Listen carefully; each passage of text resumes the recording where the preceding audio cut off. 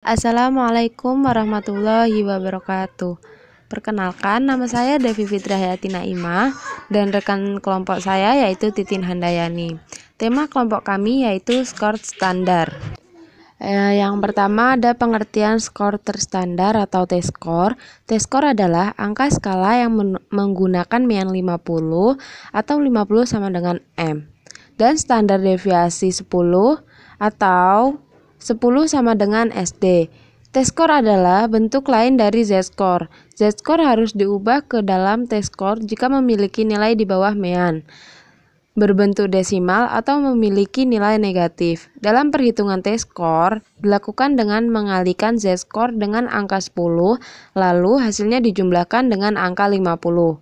Perhitungan terstandar skor terstandar ini juga bisa dilakukan dengan bantuan aplikasi, yaitu aplikasi SPSS.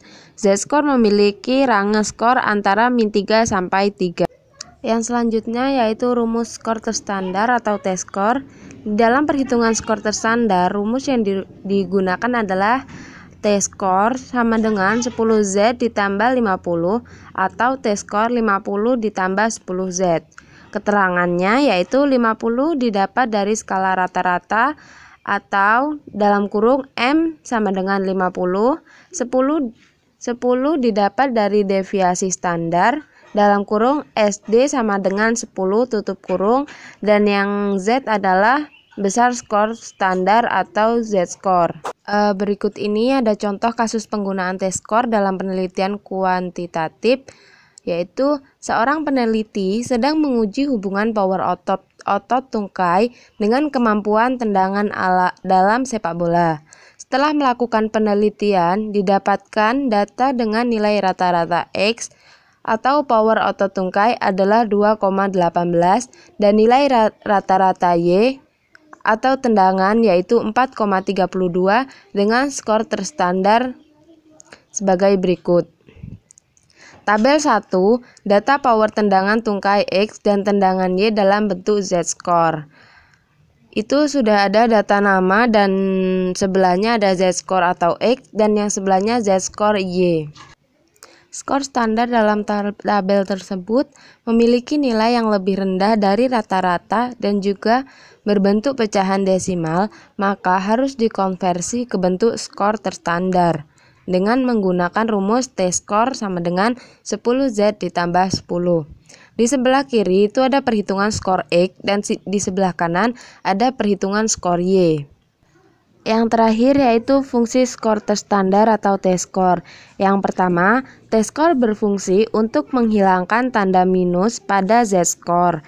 Yang kedua, memudahkan peneliti dalam melakukan perhitungan. Yang ketiga, mengkonversi data yang satuannya adalah waktu, dan yang terakhir yaitu mengkonversi data yang berada dalam nilai desimal dan negatif. Yang selanjutnya yaitu kelebihan dan kekurangan T-score. Kelebihan dari T-score yaitu T-score sebagai cara mengubah atau mengkonversi skor-skor mentah hasil tes menjadi skor standar relatif. T-score memiliki kelebihan apabila angka dari data Z-score tidak bulat dan terdiri dari plus dan minus. Untuk memudahkan dijadikan T-score, di samping itu, T-score dapat juga digunakan untuk mengkonversi data yang satuannya adalah waktu, maka tanda plus diganti dengan minus sehingga data layak untuk dianalisis.